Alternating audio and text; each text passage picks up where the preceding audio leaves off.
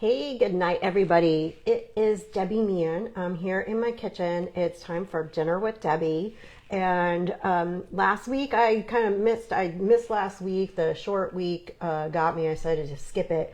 But this week is also a busy week. It's just been kind of crazy. My real estate is busier now, honestly, than earlier this spring. So I've been a little bit hectic. And on top of that, we have the Upperville Horse Show going on this week, which is kind of a big to-do in our area, especially if you're an equestrian. It's fun to watch. And on that note, what I'm making tonight has to do with the Upperville Horse Show. And you might be thinking, what the heck is that? Well, what I wanted to do was make some food for our hardworking grooms at my barn.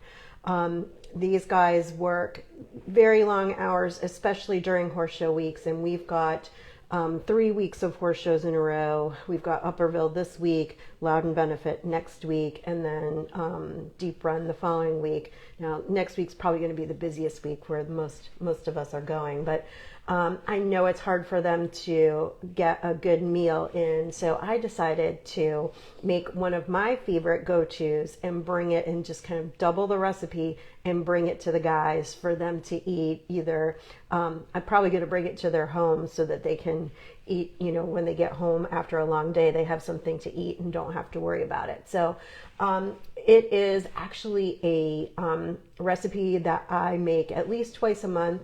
It's chicken Francois. It is a pretty well-known restaurant dish. It's an Italian dish, despite the Francois name. And it's one of those fun dishes that you get at a restaurant that's actually pretty easy to duplicate at home. So that's why I make it.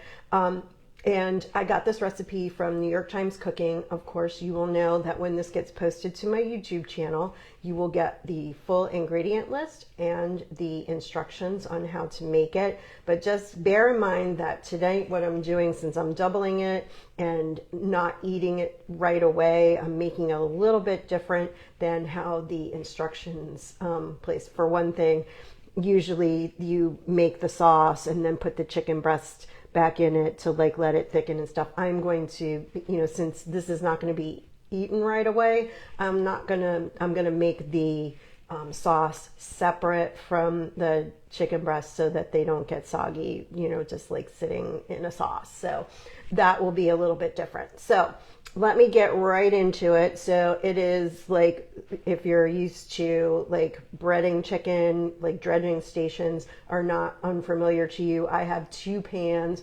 This one has just, some flour in it. It's just regular all-purpose flour. I have another pan you can use, like a bowl that's kind of wider, but this is going to have eggs in it. I'm just going to crack some eggs in here. The recipe calls for 2 eggs. But I'm using more because I'm using more than the usual amount of chicken. And I might have to add to it if I need to. And then on top of that, I'm going to put a little bit of milk. The recipe, I think, calls for like 2 tablespoons of milk with 2 eggs. And you're going to, I just use a fork, just regular old fork, to break this up. I find it's better than a whisk to break up eggs. And I'm just going to get that incorporated. I'm also going to season this with some pepper.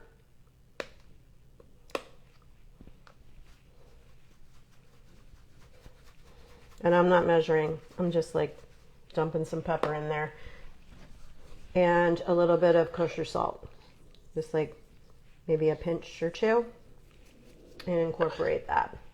Oh, while I'm doing this, I'm going to get my pan going. So I've got my new favorite pan, which is the cast iron skillet.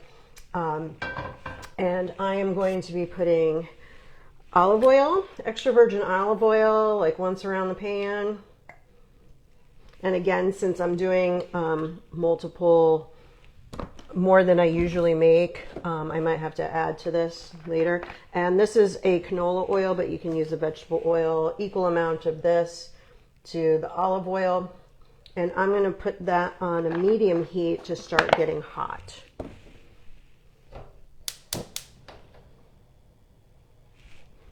So I'm going to finish incorporating my eggs, my milk, and salt and pepper.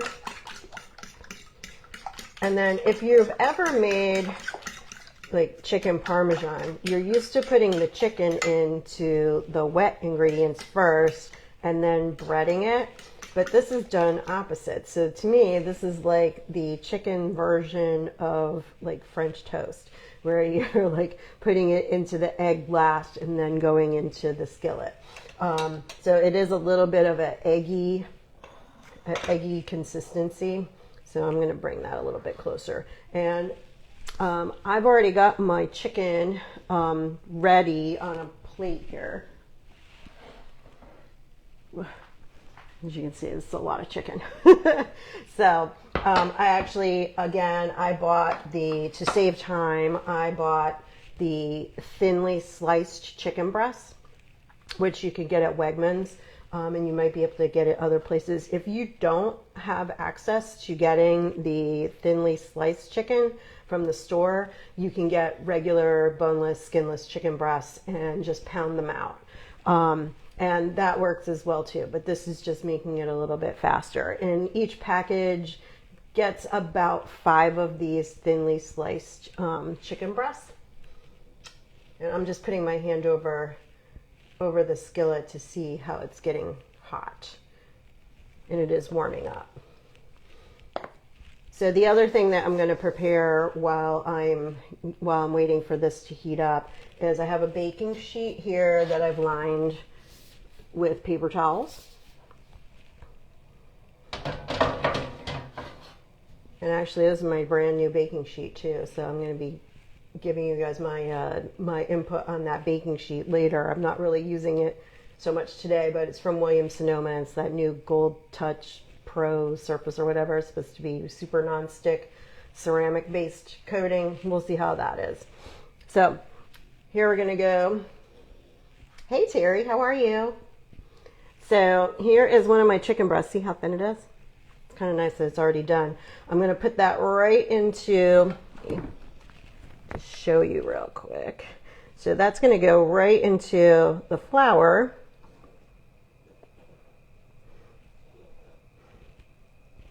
And then it goes into the egg.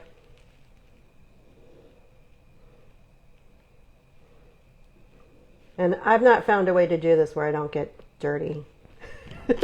So, and then it goes right from here into the skillet.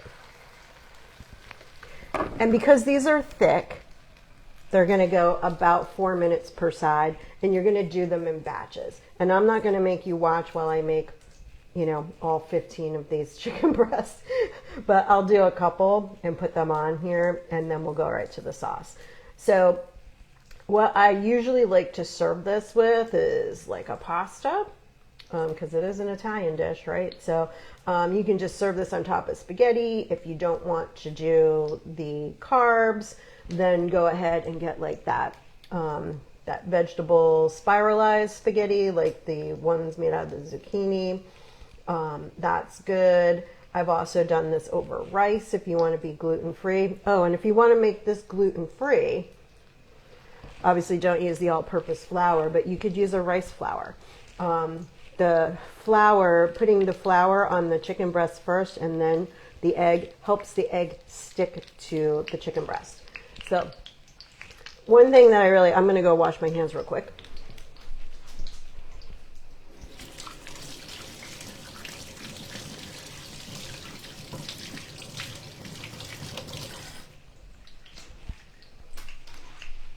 Another reason why I'm not going to make you watch me make all of these chicken breasts, because I have to like keep washing my hands.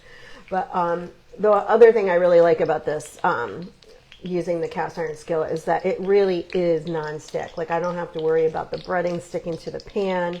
That always stinks when your breading sticks to the pan and then your chicken breast doesn't look good anymore. So we want these to be golden on each side. They're not quite ready.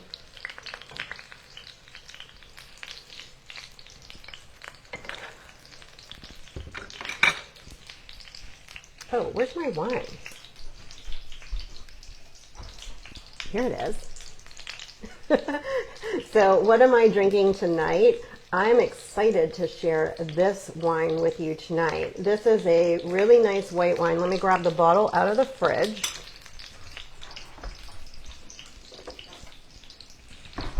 And I'll take a picture of this and share it in the comments when we do it. This is actually from Argentina. And I know you're thinking white wine from Argentina. I know, crazy. But it's actually really good. This is from Catina Zapata. And this is a Chenin Blanc grape mixed with a Semillon grape, which is actually a French grape. And it is the high altitudes in Argentina are really creating some exciting wines. So I tried this at a wine dinner at Tuscarora Mill in Leesburg, and I'm really infatuated with it. So I think you should give some white wines, in addition to your Malbec, because believe me, I like the Malbec too. But this recipe calls for some white wine, and I'm going to use a little bit of this in the sauce. You'll see that later. Let me check these chicken breasts. Oh yeah, these are ready to turn. Oops, it's a little messy.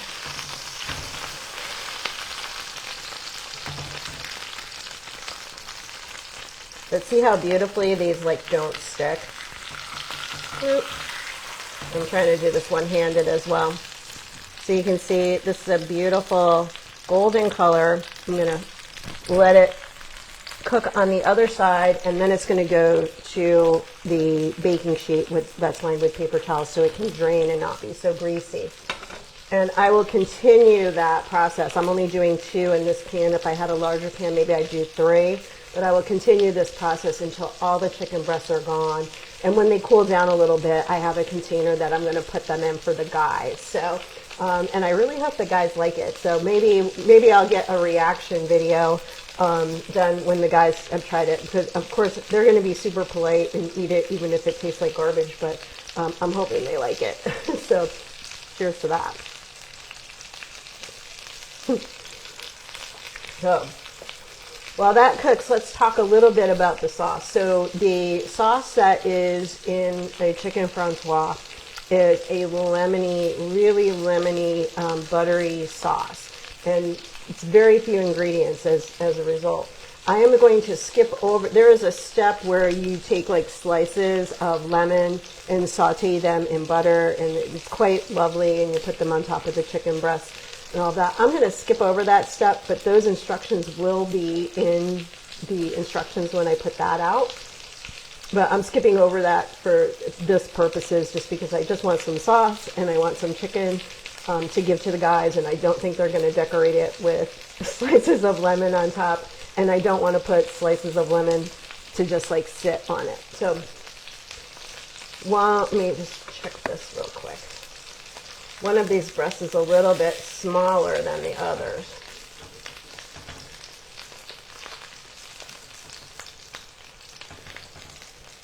Yeah, that actually looks good. So I'm going to put this one on the mat, but I'm going to let this other one cook a little bit more because it's a little bit thicker.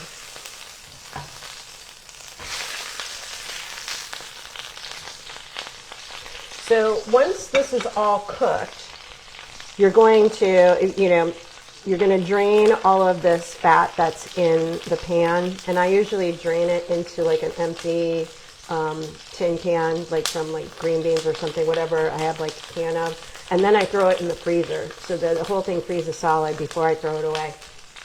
And then once you wipe it out, then you can make the sauce. So I'm going to go ahead and make the sauce in a different skillet, and I'm going to take you guys over with me to do that. So, and now that I have this microphone cord, that has to come with me too. So, sorry. So I'm over on the other side of the stove now, and I've got another pan here. This one's not cast iron, but I figured it was okay. And we're going to take 3 tablespoons of butter.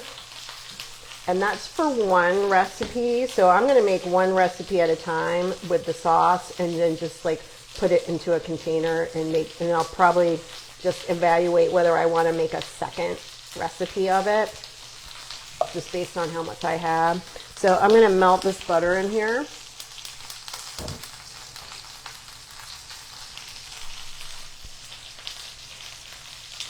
And then I have a lemon, which I do not have to zest. We're just going to take the juice of this lemon. It calls for a half a cup of white wine. I'm going to use the white wine that I'm drinking because why not? And also some chicken stock. 2 cups for one recipe. Of course, one of these boxes has about 4 cups in it. And that's really it. Just a little salt and pepper. And you can see it's a really simple sauce. So I'm letting the butter melt first, but the instructions actually say to dump everything in together, like the lemon juice, the wine. But I'm going to let the butter melt first, then I'm going to add the wine, and I'm going to let that cook down a little bit. In the meantime, I'm going to flip this chicken.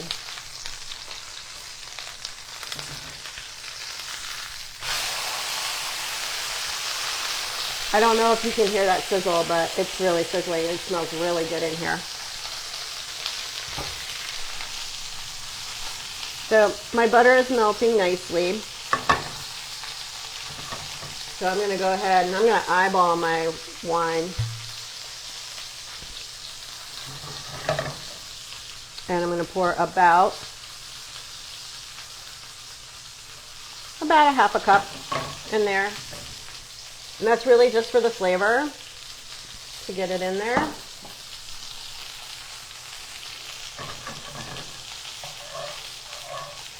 And then once I have my white wine and butter all incorporated and kind of simmering nicely, then I'll add my chicken stock. Because the chicken stock, I really kind of want that wine to cook out a little bit, and I want the butter to really get incorporated. I don't like to really dump it all together. I like for it to cook a little bit.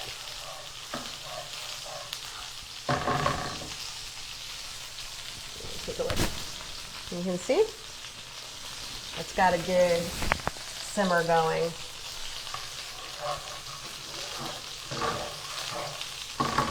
So I'm going to go ahead and open up my box of chicken stock. Put about half of it in. And then this is going to boil down until it gets kind of syrupy and thicker.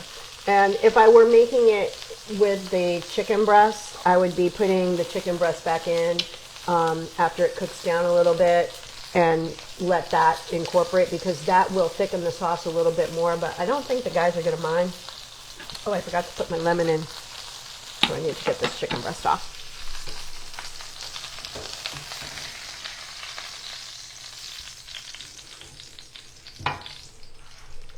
So I have my handy dandy juicer, which I love. I use it all the time. I've got half of a lemon, and I am just going to squeeze this bad boy in here. I try to keep it close to the pan so it doesn't squirt everywhere. And I like to get like every last bit out of it. See, that's what it looks like after I've finished squeezing it. This is good exercise for your hands as well.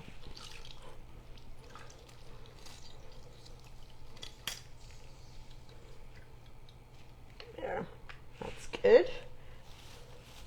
And I'm just going to grab a little bit of salt and pepper. And I'm going to season this.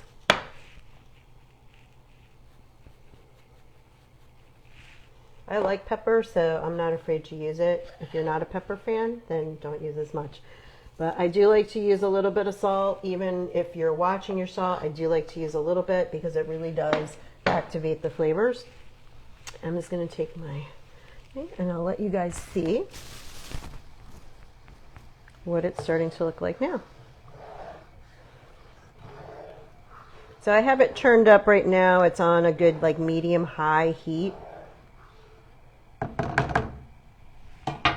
And now that it is kind of boiling a good bit, here, let me fix fix this.